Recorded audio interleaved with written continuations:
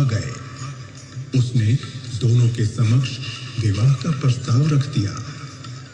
श्री राम ने लक्ष्मण की ओर इशारा करके कह दिया कि मैं तो शादीशुदा हूं। जब लक्ष्मण ने भी उसका विवाह प्रस्ताव ठुकरा दिया, तब वो राक्षसी अपने वास्तविक स्वरूप में आ गई, जिसके फलस्वरूप लक्ष्मण ने उसकी नाक काट डाली। शूर्पणखा लहूलुहान नाक लेकर अपने भाई रावण के सामने विलाप करने लगी और अपने अपमान का बदला लेने के लिए रावण को भड़काने लगी। रावण ने सीता हरण की योजना बनाई। सीता मैया भिक्षु को दान देने के लिए जैसे ही लक्ष्मण रेखा से बाहर आई, रावण ने उनका हरण कर लिया।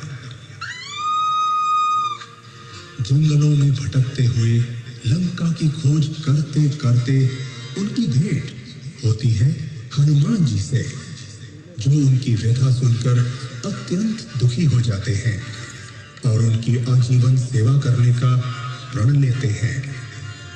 वानरों के राजा सुग्रीव से मिलकर ये लोग लंका पर चढ़ाई करने की योजना बनाते हैं। अशोक वाटिका में हनुमान जी ने श्री राम की अंगूठी देकर सीता मैया को आश्वासन दिया कि प्रभु श्री राम बहुत जल्द उनको वहां से छुड़ा ले जाएंगे। रावण ने अपने बड़े पुत्र मेघनाथ को हनुमान को बंदी बनाकर दरबार में लाने का आदेश दिया। हनुमान जी ने बंदी बनना स्वीकार कर लिया। दरबार में हनुमान जी की पूंछ में आग लगा दी गई। फिर क्या था, उसी आग से हनुमान जी ने समस्त लंका नगरी को जला डाला।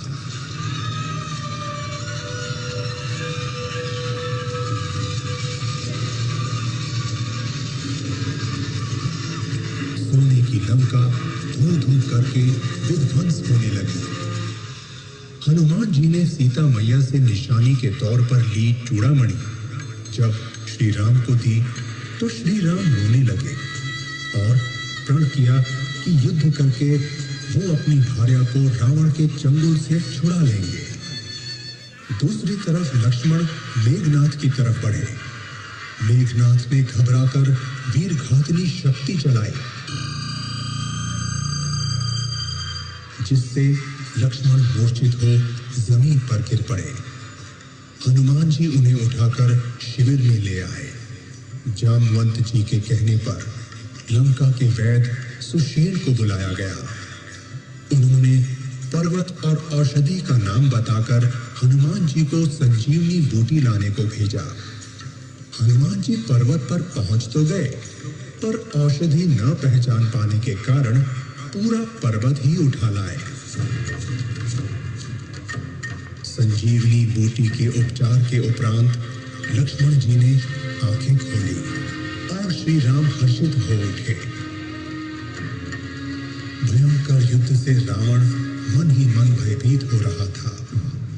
कुंभकर्ण को जगाया गया। कुंभकर्ण ने श्री राम की सेना में आतंक मचाना शुरू कर दिया। तब श्री राम ने 1,00,000 बाण छोड़े और कुंभकर्ण का अंत हो गया। रावण विलाप करने लगा। मेघनाथ अगले दिन के युद्ध के लिए आवेशित हो गया। अगले दिन मेघनाथ और लक्ष्मण में पुनः युद्ध हुआ और अंततः मेघनाथ मारा गया। अब रावण ने स्वयं युद्ध में जाने का निर्णय लिया।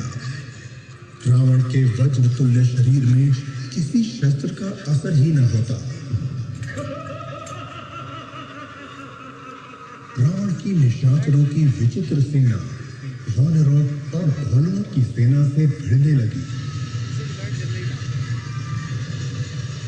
जब रावण पर किसी भी प्रहार का असर न हुआ, तब विभीषण ने श्री राम से कहा कि रावण की नाभि कुंड में अमृत का निवास है, इसीलिए उसका सर भी अगर धड़ से अलग हो जाए तब भी वो मरेगा नहीं। श्री राम ने विभीषण का इशारा समझ लिया। उन्होंने बाण को कान तक खींचा और रावण की नाभि पर 31 बाण छोड़े और रावण निष्प्राण होकर भूमि पर गिर गया।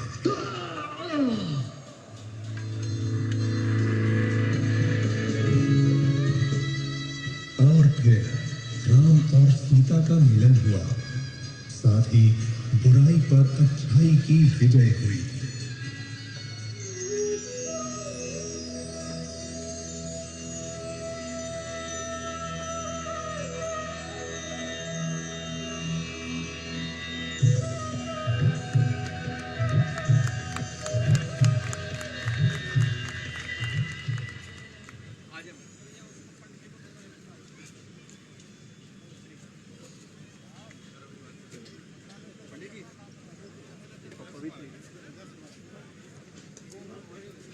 ये था रामायण पर आधारित लेजर शो।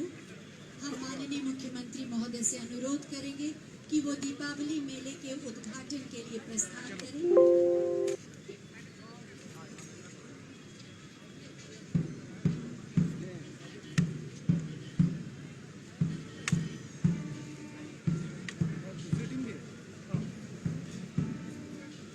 सर ये सर्वर 6 ओवर हो गया, दूसरा फ्रेम मिल रहा होगा सर दूसरे जगह से।